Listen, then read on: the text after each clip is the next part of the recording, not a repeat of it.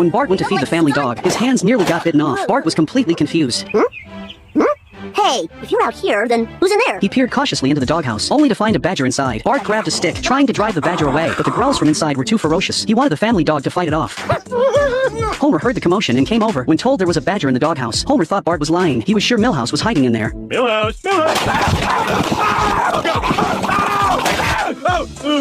Lisa had an idea. A woodpecker could lure the badger away. Bart immediately borrowed a pet woodpecker from their neighbor Todd, but the woodpecker ended up terrified out of its wit.